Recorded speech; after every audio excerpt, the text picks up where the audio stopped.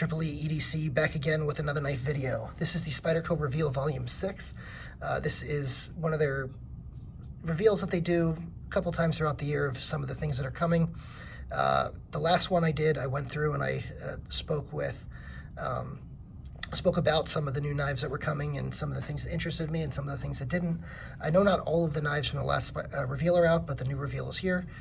Let's go ahead and talk about the new reveal. I do think it's a little bit disappointing, and I'm going to tell you why as we go through it, but there are some things of note here. So first of all, Pacific Salt 2 and Atlantic Salt.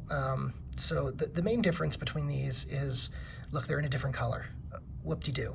Okay, this is more of what Spyderco does in that regard, and one of the reasons I feel a little let down. And also, what is this doing being the sort of the lead-in knife for this? Because frankly, this is not really that awe-inspiring. The only thing good about this specific reveal is that although this one was originally in LC200N, is available now in LC200N, this one isn't, as far as I'm aware. I think this one is only in H1 right now. So now it's going to be available in LC200N. Fine, good.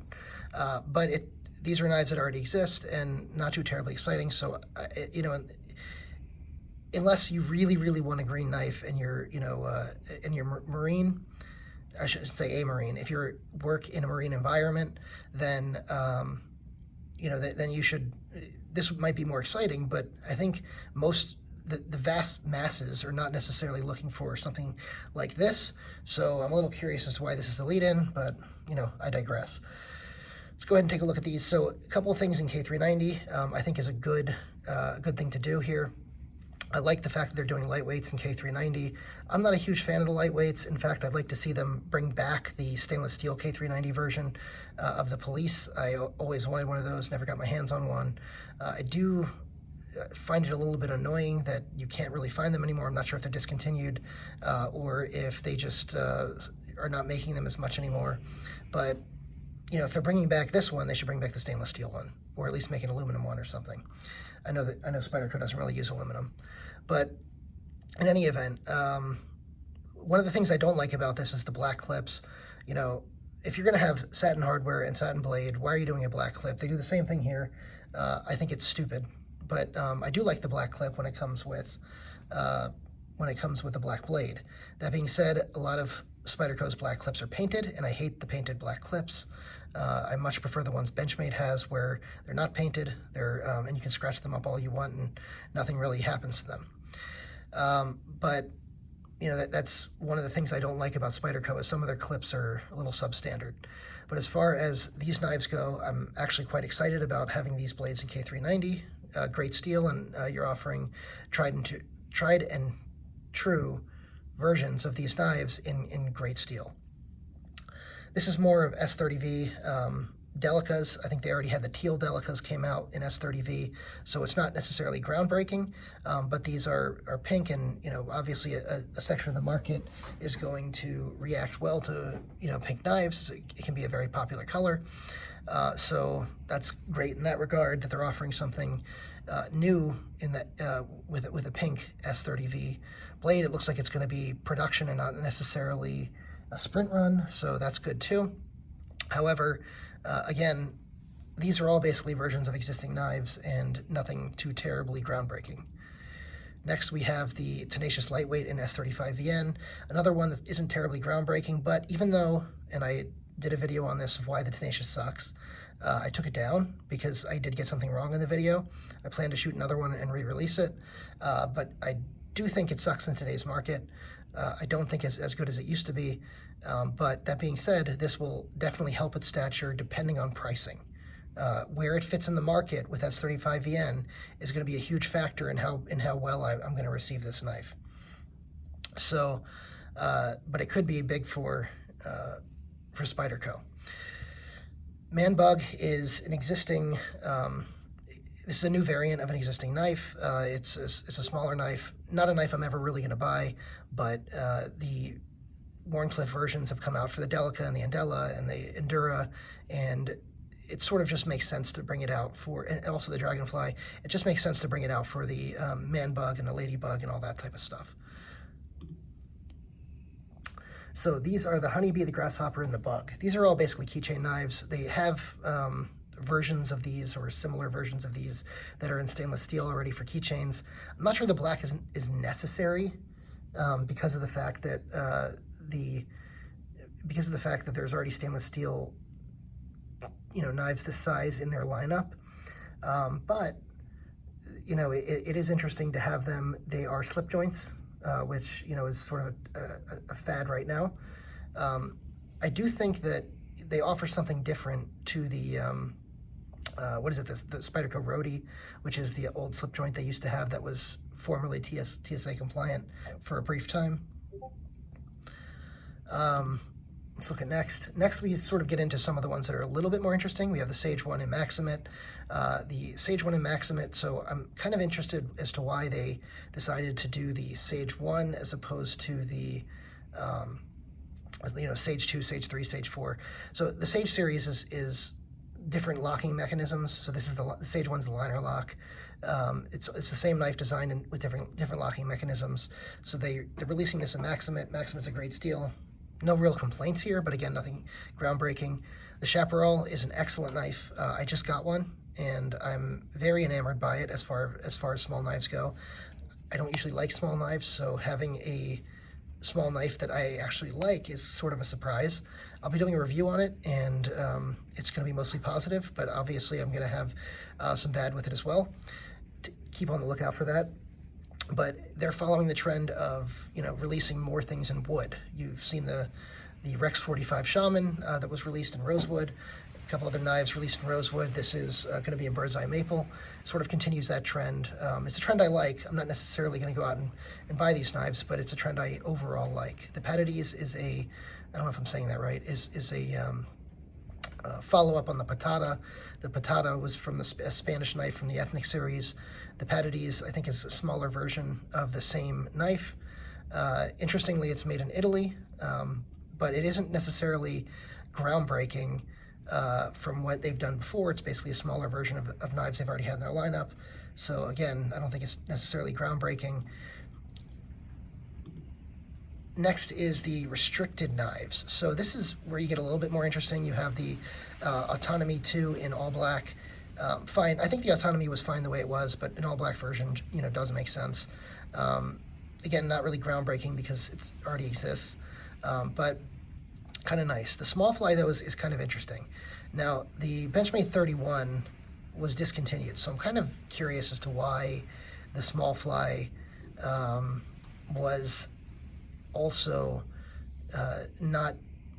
why they're bringing it back. They discontinued the small fly. Benchmade discontinued the 31. It seems like maybe they discontinued them because they weren't selling that well. They're bringing back the small fly. The blade's a little different. Honestly, as someone who does flip balisongs a little bit, I'm kind of disappointed they didn't take the opportunity to bring back the Spider fly, which is the larger version, instead of the small fly. But I don't know exactly what the reasoning was behind this, but I am excited to see it come out. I'll probably watch a few videos. I probably won't rush out to buy it, but if it is kind of interesting and it does flip relatively well based on what people are saying, I may go out and get it. We'll see. Here is a bench stone. It's basically a new version of a bench stone using CBN, which is a high-tech. It's a super abrasive that's second in hardness only to diamond. So sort of an interesting new thing. Spyderco likes to experiment with some of these bench stones or sharpening devices. I think it sort of does more of the same thing that a lot of other things do. Don't know that it's necessarily groundbreaking. I guess it would depend on pricing, on how it compares to diamond sharpeners, if it's necessarily a better deal. And maybe that's why you would go with this as opposed to a diamond sharpener, but who knows? I guess we'll see. Nylon pouches. They've basically taken those cheap synthetic leather pouches that they've done and upgraded them to nylon. It's a nicer material, more durable material, because the other ones were prone to tearing or getting accidentally sliced with knives when people opened up packages. These ones probably are going to withstand that a little bit better. But these are sort of MSRP'd on their website at like $30.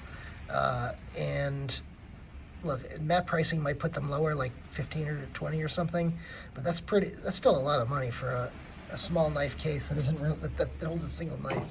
So I guess this will be interesting for their higher end releases when these are ones that are sent with the knife, like the Bombshell. But Again, as a standalone product, I'm not really sure how popular it's going to be. Here's where it starts to get interesting a little bit. You have the Mule Team. A lot of people love the Mule Teams. They throw on their own scales. This is an S45VN. Obviously, it's a trendy steel, new steel. It's not significantly different than S35VN, so I don't necessarily think that people need to rush out and buy it, but it is interesting if you haven't had an S45 knife. You know, it's worth checking out. I have my Freeman is an S45. I'm also planning on getting, in the near future, hopefully, a Harsey folder from Spartan blades, and that would be in hopefully S45. So we'll see. As far as the Paramilitary 2 here, this is probably the most interesting knife out of this entire reveal, and it's basically just a different version of an existing knife, the Para 2.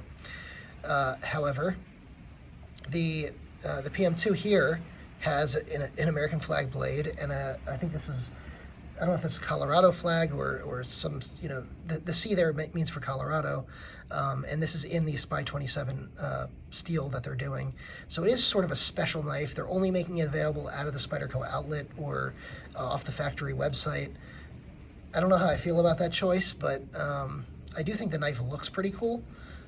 Will I be going out and buying one? I mean, I guess it depends on final pricing on it, but if you're buying it off the website, it seems like you're going to end up paying the higher MSRP instead of map pricing.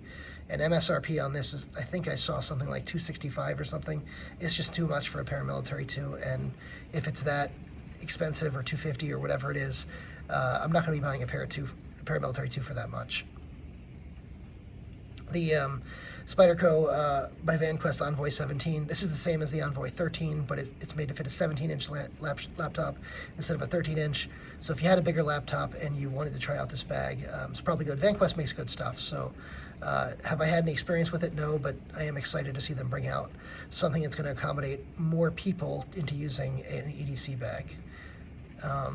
That's the end of it. Oh, actually, before I end it, I'll just say, with respect to the EDC bags, the only big criticism I have is you're basically advertising that you're carrying knives to everyone through your bag, which I don't think is the best thing. I usually try to be a little bit more of a gray man approach, but, you know, if people want to promote the product, Spyderco, it's a fun brand, and so I wouldn't necessarily say it's a bad thing. Now, my overall thoughts on this reveal. Very uninspiring. I mean, very few, if any, of these knives are really new knives. They're just different versions of existing knives. So, you know, usually when you come out of this, you want to see like 1 or 2 new knives that are going to make a huge difference. They're different versions of existing knives. In some cases, with like this, with the small fly, they're bringing back, you know, some designs that have been discontinued. I don't know.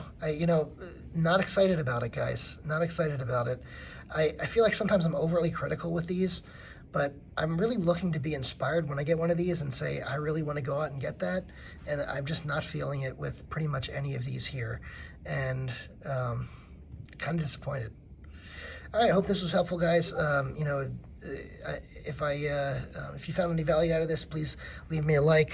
If you want to discuss what's in the reveal, had some thoughts of your own, drop a comment below. Go ahead and hit the subscribe button, hit the notification bell so you get all my content. Thanks so much.